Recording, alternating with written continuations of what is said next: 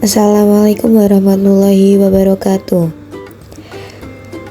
Nama saya Yulia Triambarwati dari Prodi Manajemen Bisnis Syariah Fakultas Ekonomi dan Bisnis Islam.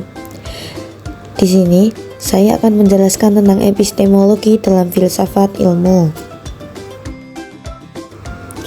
Nah, filsafat ilmu merupakan bagian dari filsafat yang menjawab beberapa pertanyaan mengenai hakikat ilmu.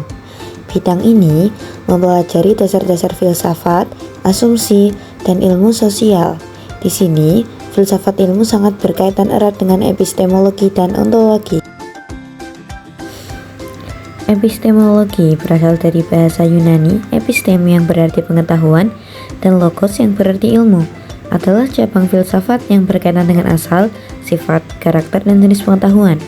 Sedangkan istilah epistemologi secara etimologis diartikan sebagai teori pengetahuan yang benar dan dalam bahasa Indonesia disebut filsafat pengetahuan. Istilah epistemologi secara terminologi diartikan sebagai teori mengenai hakikat, ilmu pengetahuan atau ilmu filsafat tentang pengetahuan. Menurut para ahli, yang pertama ada Abdul Munir Mulkan.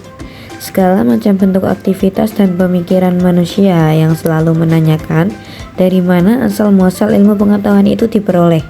Yang kedua, ada Jujun S. Surya Sumantri, arah berpikir manusia dalam menemukan dan memperoleh suatu ilmu pengetahuan dengan menggunakan kemampuan rasio. Nah, di sini ada landasan epistemologi. Yang pertama, kerangka pemikiran yang bersifat logis dengan argumentasi yang konsisten dengan pengetahuan yang telah disusun sebelumnya. Kedua, penjabaran hipotesis yang merupakan dedukasi dari kerangka tersebut dan melakukan verifikasi terhadap hipotesis, termasuk dengan menguji kebenaran pernyataan secara faktual. Dalam epistemologi terdapat beberapa aliran-aliran. Yang pertama ada rasionalisme. Aliran ini berpendapat bahwa semua pengetahuan bersumber dari akal pikiran atau rasio. Yang kedua ada aliran empirisme. Aliran ini berpendirian bahwa semua pengetahuan manusia diperoleh melalui pengalaman indera. Indera memperoleh pengalaman atau kesan-kesan dari alam empiris. Selanjutnya, kesan-kesan tersebut terkumpul dalam diri manusia menjadi pengalaman. Yang ketiga ada aliran realisme. Aliran ini merupakan suatu aliran filsafat yang menyatakan bahwa objek-objek yang kita serap lewat indera adalah nyata dalam diri objek tersebut. Nah, yang keempat ada aliran kritisisme. Aliran ini menyatakan bahwa akal menerima bahan-bahan pengetahuan dari empiris yang meliputi indera dan pengalaman. Kemudian, akal akan menempatkan, mengatur, dan menerbitkan dalam bentuk-bentuk pengamatan, yakni ruang dan waktu. Yang kelima ada aliran positivisme, dan yang keenam ada aliran skeptisme, dan terakhir aliran ketujuh yaitu praktisme. Definisi metode ilmiah.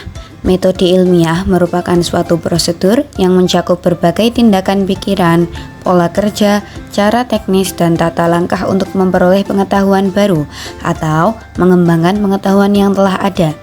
Metode secara etimologis berasal dari kata Yunani meta yang berarti sesudah dan hodos yang berarti jalan. Berikut ini metode-metode dalam teori pengetahuan. Yang pertama ada metode rasionalisme, yakni paham yang menyatakan bahwa pengetahuan manusia didapat melalui penalaran rasional yang abstrak. Yang kedua ada metode empirisme. Metode ini berbanding balik dengan rasionalisme karena paham ini berpendapat bahwa pengetahuan manusia itu bukan didapat melalui penalaran rasional yang abstrak, namun lewat pengalaman yang konkret. Ketiga ada metode ilmiah. Metode ini merupakan prosedur dalam mendapatkan pengetahuan yang disebut ilmu. Yang keempat ada metode fenomenalisme. Nah, di dalam metode ini pengetahuan didapat melalui pengalaman-pengalaman empiris yang didampingi oleh pemikiran akal rasionalisme. Yang terakhir ada metode intuisionisme. Metode ini adalah suatu metode untuk memperoleh pengetahuan melalui intuisi tentang kejadian sesuatu secara nisbi atau pengetahuan yang ada perantaranya. Intuisi adalah suatu sarana untuk mengetahui suatu pengetahuan secara langsung. Metode intuisionisme adalah metode untuk memperoleh pengetahuan dalam bentuk perbuatan yang pernah dialami oleh manusia. Struktur pengetahuan ilmiah.